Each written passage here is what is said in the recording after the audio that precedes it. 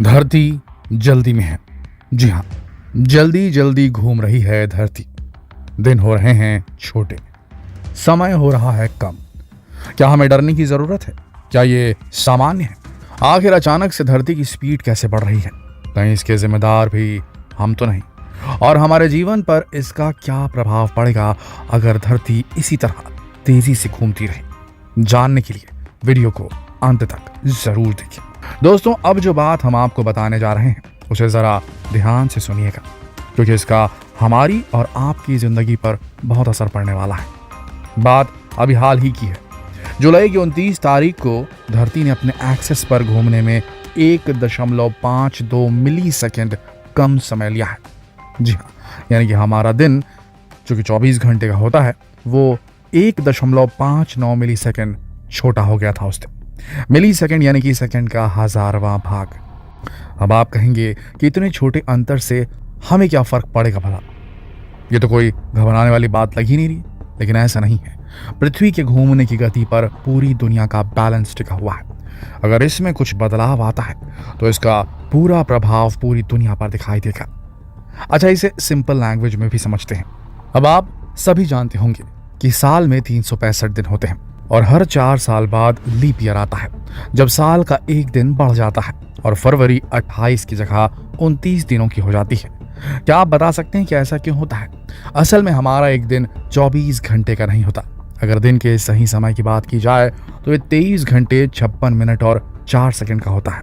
और ये 56 minute 4 second ही 4 साल में जुड़कर एक दिन बढ़ा देते हैं। तो अगर दिन छोटा होगा तो हमारा समय भी कम हो जाएगा।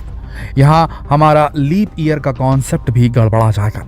इसके अलावा हमारे सभी सैटेलाइट्स में प्रॉब्लम्स आनी शुरू हो जाएगी, क्योंकि सभी सैटेलाइट्स की स्पीड धरती की स्पीड के हिसाब से ही मेंटेन की जाती है।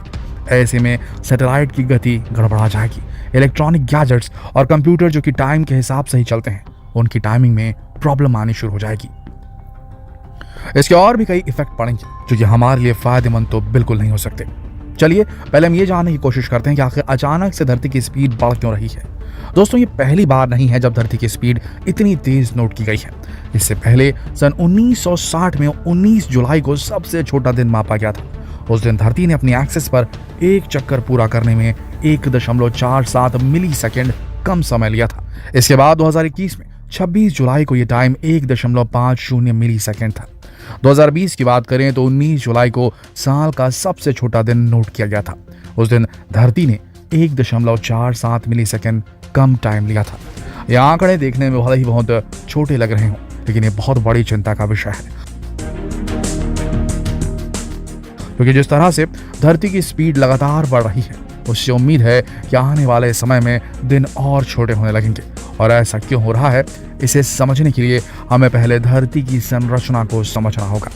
अच्छा, आप ही बताइए, धरती का आकार कैसा है? सब जानते हैं कि गोल या कहें कि स्फेरिकल है, और देखा जाए तो ये पूरी तरह स्फीयर भी नहीं है। यहाँ ध्रुवों पर से थोड़ा उठा हुआ है और हमारी धरती अपनी एक्सिस पर थोड़ी सी झुकी हुई है और ये एक समान स्पीड से अपनी एक्सिस पर घूमती रहती है। अब एक सवाल, आपको क्या लगता है कि हमारी धरती की स्पीड क्या होगी? जाहिर सी बात है, आप कहेंगे कि धरती की स्पीड काफी कम है, तभी तो हमें इसके घूमने का एहसास नहीं होता। अगर आप भी ऐसा सोचते हैं तो आप बिल्कुल गलत हैं। हमारी धरती बहुत तेज स्पीड से घूम रही है। जरा इन आंकड़ों को देखिए, आपको यकीन नहीं होगा। 43 डिग्री नॉर्थ और साउथ पोल पर धरती की स्पीड साउंड की स्पीड से भी ज्यादा होती है, और इक्वेटर पर तो इसकी स्पीड साउंड की स्पीड से भी ज्यादा होती है। क्या हुआ, मुंह खुला का खुला रह गया ना? वैसे अभी आपके दिमाग में एक सवाल और आ रहा होगा, जब धरती की स्पीड इतनी तेज है हमें इसके घूमने का एहसास क्यों नहीं होता? तो जरा रुकिए, इस सवाल का जवाब हम आपको वीडियो के लास्ट में देंगे। पहले हम ये देख लेते हैं कि धरती की स्पीड क्यों बढ़ रही है। दोस्तों, वैज्ञानिक इसके पीछे क्लाइमेट चेंज को सबसे बड़ा कारण मान रहे हैं। असल में धरती की स्पीड पर कई चीजों का इफेक्ट पड़ता है, जिसमें सबसे बड़ा रोल है धरती की सतह में होने वाले बदलाव।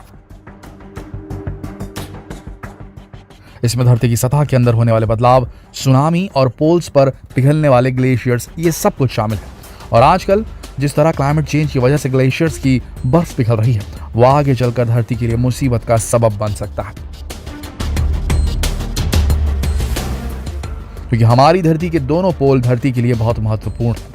यहाँ होने वाली छोटी सी एक्टिविटी का भी पूरी धरती पर बहुत बड़ा इफेक्ट पड़ता है और इस वक्त यहाँ का क्लाइमेट बहुत तेजी से चेंज हो रहा है।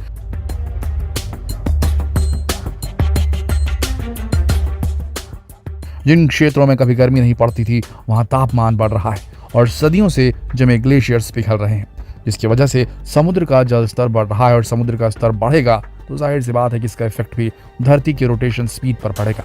कुल मिलाकर ये जो सब हो रहा है इसके जिम्मेदार हम सभी हैं, क्योंकि ग्लेशियर्स पिघलने की वजह ग्लोबल वार्मिंग है और ग्लोबल वार्मिंग की वजह हम इंसान ही हैं। वैसे वैज्ञानिकों का कहना है कि धरती की स्पीड में इससे पहले भी काफी परिवर्तन देखा गया है। जब धरती का निर्माण हुआ था तब धरती पर 19 घंटे का दिन होता था, लेकिन अब एक दिन 24 घंटे का होता है। तो धरती की चाल में परिवर्तन को लेकर ज्यादा चिंता करना सही नहीं है और हमें यह नहीं भूलना चाहिए कि उस वक्त धरती पर हम जैसे सेल्फिश इंसान नहीं थे जो कि अपने मकसद के लिए धरती के साथ खिलवाड़ करने से भी नहीं चूकते थे। चलिए दोस्तों, अब आपको आपके उस सवाल का जवाब भी दे देते हैं जिसे हमने वीडियो के लास्ट पार्ट के लिए छोड़ दिया था, यानी कि हमें धरती के घूमने का पता क्यों नहीं चलता जबकि धरती इतनी तेज स्पीड से घूम रही है। इसे हम एरोप्लेन के एग्जाम्पल से समझते हैं। जब हम एरोप्लेन में होते हैं तो हमें एहसास ही नहीं होता कि वह एरोप्लेन सैकड़ों किलोमीटर पर आवर की स्पीड से उड़ान भर रहा है।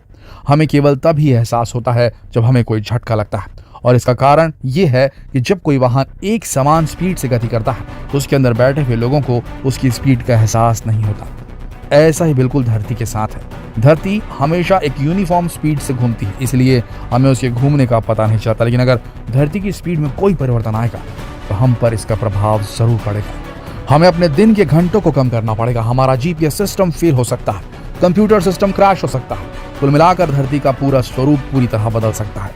हमारी धरती हमें बहुत कुछ देती है दोस्तों। अगर ये है धरती है तो हम हैं, लेकिन हम जिस तरह धीरे धीरे इसे नुकसान पहुंचा रहे हैं उसकी वजह से धरती को लगातार नुकसान पहुंच रहा है और इसी वजह से आज हमें क्लाइमेट चेंज जैसी कई परेशानियों का सामना करना पड़ रहा है। अगर हम आज भी अपनी धरती को बचाना चाहते हैं तो हमें सचेत हो जाना चाहिए और धरती को बचाने की पूरी कोशिश करनी चाहिए और इस दिशा में पहला कदम होगा प्रदूषण पर नियंत्रण। दोस्तों, हमें अपनी धरती को बचाने में अपनी तरफ से पूरा योगदान देना चाहिए और इस संदेश को अपने दोस्तों तक जरूर पहुंचाएं ताकि वो भी इस मुहिम में योगदान दे सके। जितना हो सके इस वीडियो को शेयर करें फेसबुक पर, व्हाट्सएप पर, यूट्यूब पर।